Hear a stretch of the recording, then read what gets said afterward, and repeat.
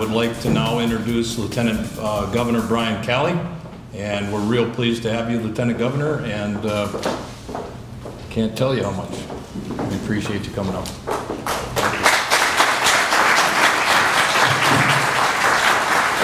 right, well, thank you very much. Great to be back here in the Sioux. And I'll say I just thoroughly enjoy hearing somebody that can so sophisticatedly deliver a smackdown like that. I sound decidedly less sophisticated when I deliver the similar smackdown. Hopefully it's just as effective.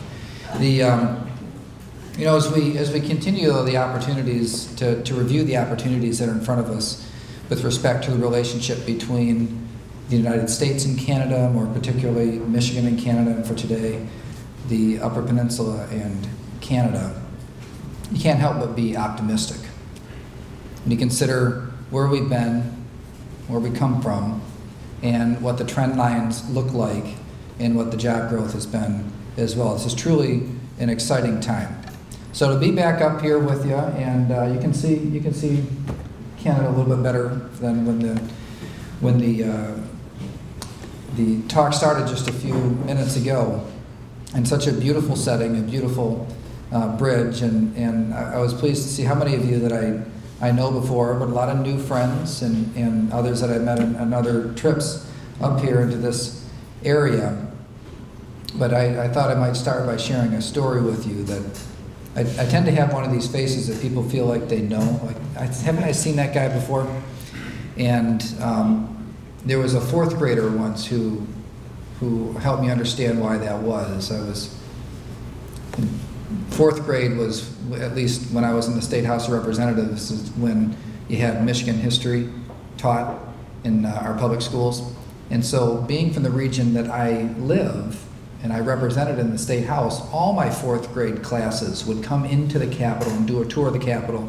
And when they did, I would take them out on the floor and I would show them the perspective from where I sat and show them how it works. And at the end, I would take questions. And there's this one kid from this little town called Hastings, and at the end, I was taking questions. He raised his hand, and I said yes. He said, "Well, I don't really have a question. I just wanted to say that you look just like Spider-Man." and I thought, well, that's kind of cool. That was actually 2007, and I can assure you, in 2007 being one of the most unproductive years in the history of Michigan political government, nobody was calling us superheroes that year. So it was very flattering until I asked him the question, what is it about me, though, that reminds you of Spider-Man? And he said, well, I guess it's not really Spider-Man, it's that dorky guy before he becomes Spider-Man. See, I learned a very important lesson that day. I don't ask fourth graders questions I don't already know the answer to. So it's great to see so many of you that I know from my previous travels. It's great to be here in the region and to see the focus on really what is part of Michigan's greatest opportunity in future for our people. So when you consider the heritage, where we stand in American history, in North American history, being the birthplace of the Industrial Revolution, that's who we are, that's where we came from. And that we specialize still today in this state at making things, and making things that the rest of the world wants to buy. It's no surprise that export-related topics and export-related opportunities present us with the best job growth and the best future forecasts that we could really ever hope to find in any of our exploits of economic development.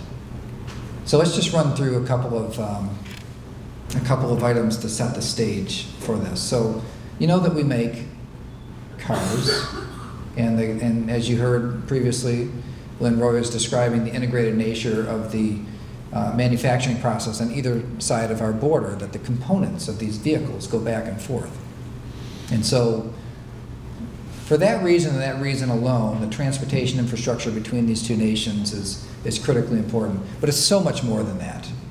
when you consider that we also have among the most, perhaps the second most diverse and productive agricultural sector that you'll find in the nation, that there is a market throughout. It's kind of funny to me when I travel around to different conferences and things and meet my colleagues from around the nation. They consider Michigan to be so cold, but we make a lot of stuff, but we also grow a lot of things here that the Canadians are even colder than us, and so our opportunity in agriculture to trade in a way that is so mutually beneficial, something we can do and something that they need, and likewise there's so many things that are done on the other side of the border that we need as well. And so the integrated nature of our economies is something that is undeniable.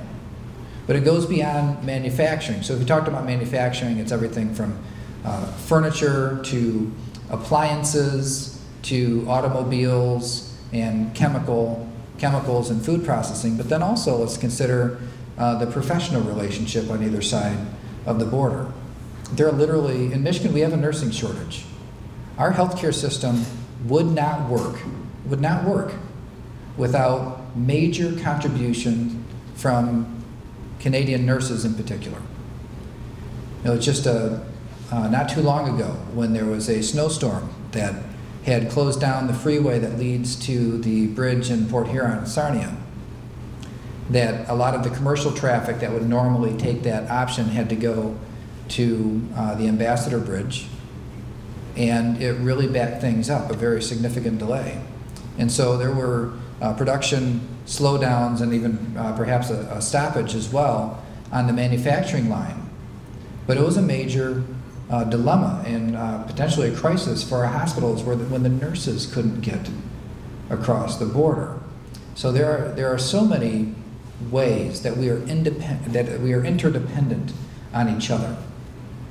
So here in Michigan, where we typically enjoy the largest piece of the trade relationship between the two largest trade partners on the entire planet, we're situated in a place where we can be even bigger than what we are. So consider our location and think about it, how it looks on the map, and then consider where people live. Consider the population that exists in places like Ohio and Illinois, and across the border in Ontario, that the traffic and logistical needs right through Michigan are enormous. They're enormous, just like our opportunity for economic growth is, because of exactly that reason. And that's why we need to really spend so much time and effort on solving transportation challenges and communication challenges that exist. And it's multimodal, by the way. We talk a lot about service transportation because of the bridge project in southeast Michigan.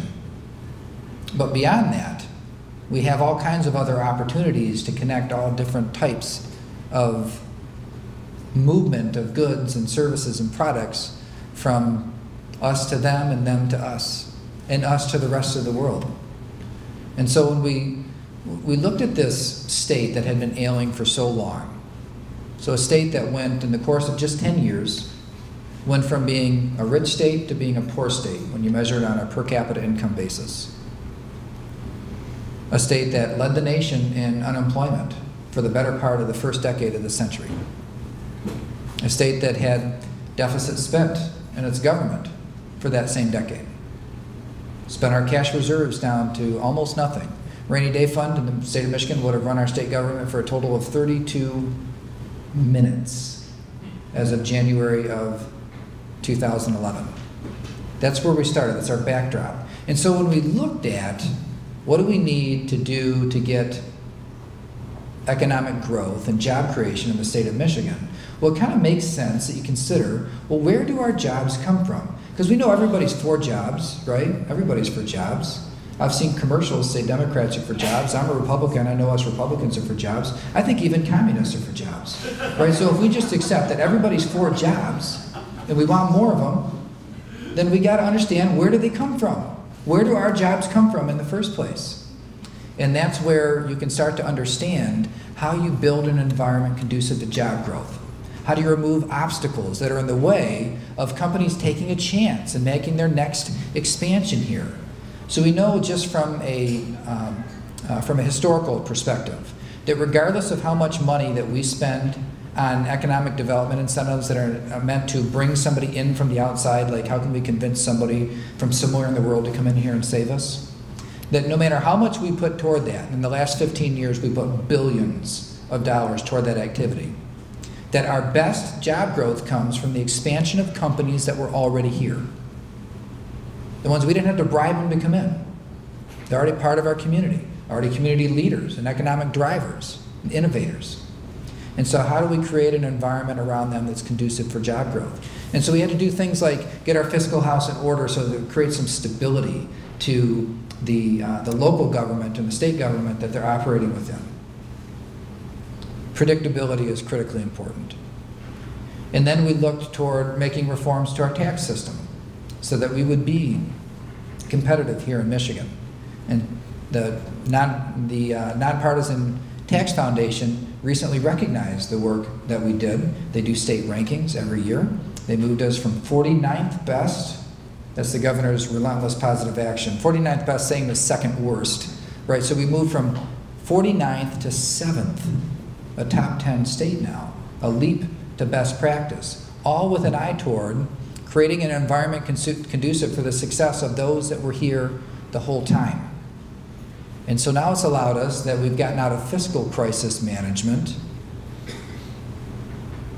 It has allowed us the opportunity to be very proactive on what are the obstacles to job growth that exist today.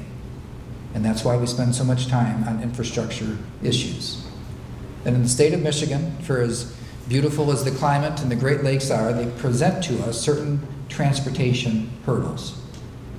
Hurdles that we need to have innovative solutions for, regardless of the challenges of government funding, because there's never enough money to do all the good things that people have ideas to do. And yet, through cooperation and partnerships and public-private partnerships, we're able to find more solutions today with less resources than we've ever had. And this is where things get really exciting for the future. The best example of this, of course, would be the new connection between Detroit and Windsor. That corridor is the busiest commercial trade corridor between the two largest trade partners in the world. And yet today, all the commercial traffic is forced over a single bridge. It's over 99% market share. Because of that, the owners of that bridge are able to charge monopoly level prices. The highest rates of any commercial crossing between these two nations. Why is that? Well, when you have a 99% market share and no other real alternatives, you just have to pay. And that's why it's worth it for them to spend now close to $20 million fighting the concept of competition. And at the same time, it's making Michigan uncompetitive. When we talk about what do we need to do to create an environment conducive to job growth so that those employers and innovators and companies that are already here today being productive, making things and selling them to the world, so that when they do their next big thing, that they do it here. That's what the whole purpose behind this project is.